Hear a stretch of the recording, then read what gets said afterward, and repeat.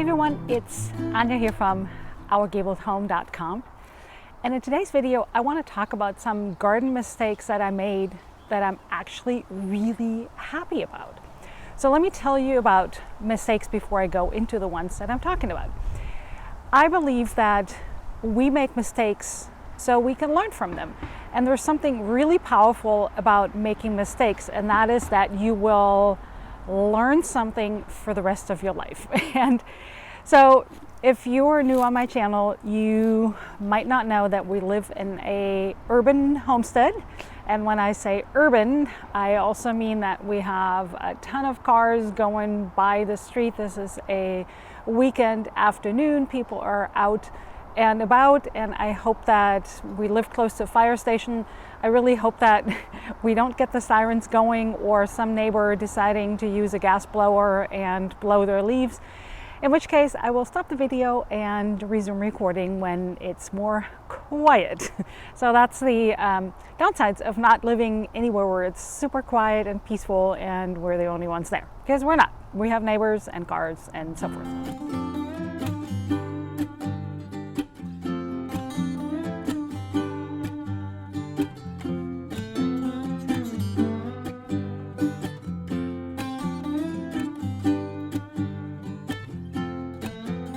So anyways, back to mistakes. When we started our garden, I had a little bit of an idea what I was doing, but not really. And I just decided, you know what, I just need to go ahead and I will figure things out as I go. And so I did.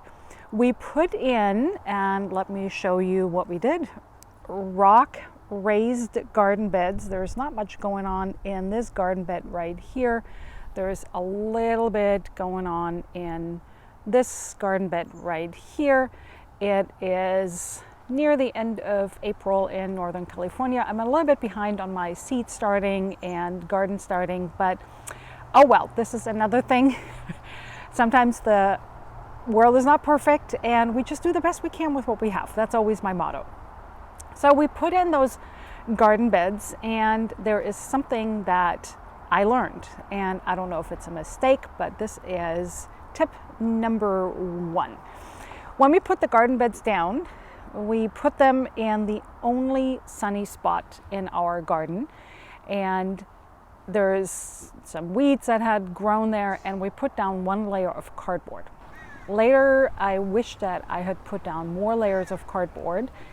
People have asked me, why didn't you put a weed barrier down? But I think that it's a more of a plasticky mesh type of thing. And we do want to grow carrots, and carrots need to go down. So I do want things to go down. What I do need to do at this point is simply keep on weeding and just do the best I can. That brings me to mistake number two. When we put those raised garden beds in, we had the garden beds and we needed to fill them with soil. So I went to the local rock yard, landscaping material store, and they had a veggie blend that everybody seemed to love, and I thought, oh, how perfect. And we got 3 cubic yards, I think, in my husband's truck.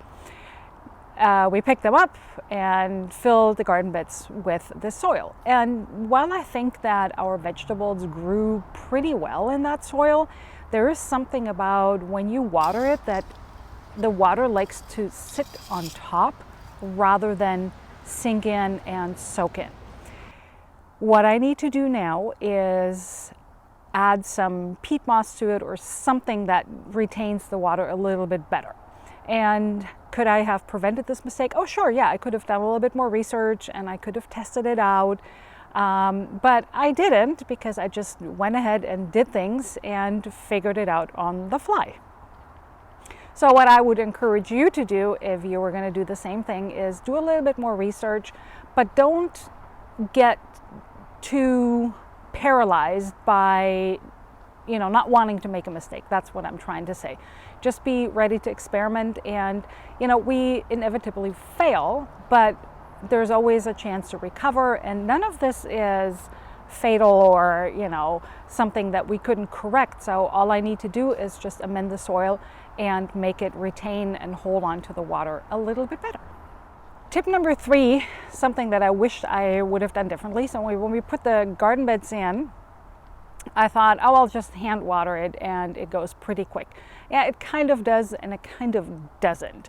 So sometimes it's a bit of a chore to actually drag the hose out and get all the spots watered. And while it's nice to actually be able to monitor whether I'm overwatering or underwatering, it is something that with modern technology could actually be so much easier.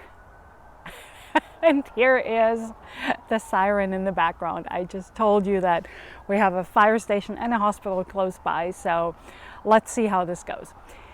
Anyways, what I really want to do, and this takes a little bit of time and effort and a little bit more research, is to put drip irrigation in.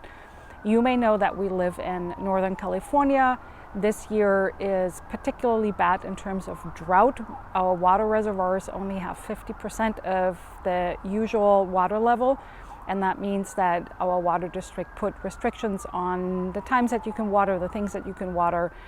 For example, we can't wash our cars in the driveway anymore, but we can water before 9 o'clock and after 7 p.m. So for the time being, I'm just gonna get up really early and water in the morning. And I'm gonna stop the video here, let the siren pass, and resume.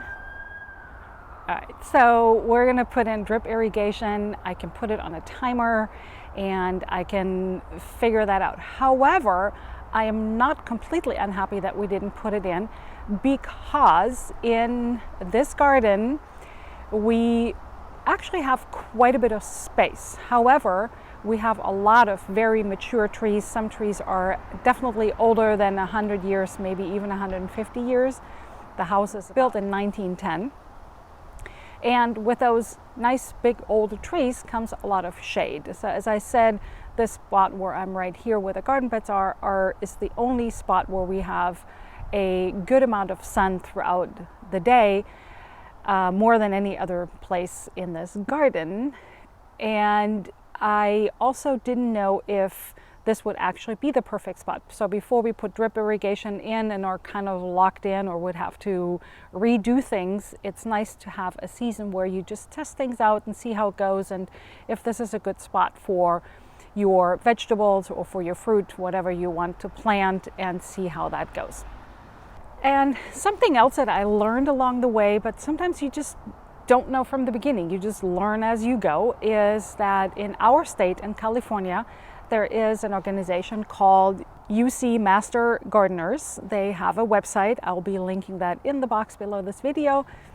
And they have all sorts of free resources. They even come out to your garden site and do an audit, give you tips on how you can save water, how you can do a better job in your garden, give you tips what to plant and what not to plant. For example, they have a list of vegetables that tend to grow really well in our particular little microclimate for our county, which is nice because we are not very coastal, but somewhat. And there are certain tomato varieties that grow really well here, and then others that don't so much. And they have a list of those varieties that tend to grow really well in our microclimate. And that's a really good resource, and I bet they have that for almost every county, or you can call them up and talk to somebody who has extensive knowledge. So that's a resource I wish I had known. I am looking at it and I read a lot about on their website. So I encourage you, if you're planting a garden, or if you already have an existing garden, to see if there's any state-specific resources that help you with garden questions and what to plant and how to improve and get the most out of your garden. And here is another thing that I wish I would have done differently. We have planted red currants. I have planted black currants. You can see that it's just done flowering. And then I have a little gooseberry plant that is just coming up. And while I thought this was a good spot for them to be planted, it actually is a little bit more shade. And what happened was in the spring, I was watching the sun where it went, and it seemed to go in a nice way that these plants would get enough sun. But then in the summer, as the sun goes higher, it actually there was so much more shade on these little plants. So what I'm going to do is I'm going to relocate them. I'm going to dig them up and find them a better place in our garden where I think that they will thrive much more and get a little bit more sun, because sun makes it better. I'm going to take you back over here to our garden spot. You can see the driveway in the back. And we do have, I don't know if you can see it. Yes, you can see it there in the background in front of the white van that isn't ours. There is a fence, and we actually have a lot of deer around here. So I knew before I planted anything, I would need to put up a fence. And we put up a fence that I think keeps the deer out. However, there's a spot in the back on the other side of our garden where we haven't been able to put up a fence yet, and the deer are so smart, they just walk right through, and they have done extensive damage in this garden. This is one of the reasons why I haven't been super proactive about planting something, because I wanted to see that we could actually put the fence up before I plant more. So the fence in front is high enough. Eventually we will put a really nice fence up, but that is something that's a bigger project that we are working on and that my husband and I are going to do. That's probably going to take us a few weeks to do, but we need to put this fence up on the side of the garden to keep the deer out. So definitely make sure that you keep those animals out that you don't want to be eating your vegetables or your fruits or your blossoms. So if you're watching this video, you're probably trying to avoid mistakes, and let me just point out some other common mistakes that people tend to make in their garden. And I touched on one earlier, and that is to overwater or to underwater. You definitely want to monitor that your plants are getting enough, but not too much, because sometimes you can actually drown your plants. Another mistake that's easy to make is not to weed enough. And yes, it is a lot of maintenance. This is an all organic garden. We're not using any artificial herbicides or other things. So we just basically do weed control by barriers and by weeding. Simple as that. I personally don't mind it. I think it's kind of fun to, block some amount of time and get in there. And I'm not trying to do it all in one day, but I do it in chunks, and then it seems really manageable. But that is something that I need to do on an ongoing basis, and that is something that if you don't do that, it's really easy for weeds to overgrow. On the note of weeds, I will test a recipe for a natural weed killer, and I will do another video and let you know if that actually works and how it went.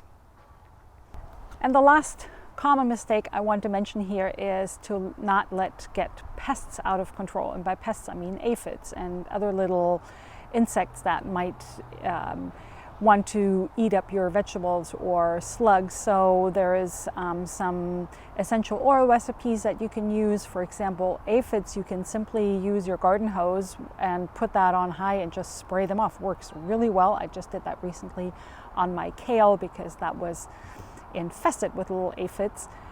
There's other little critters.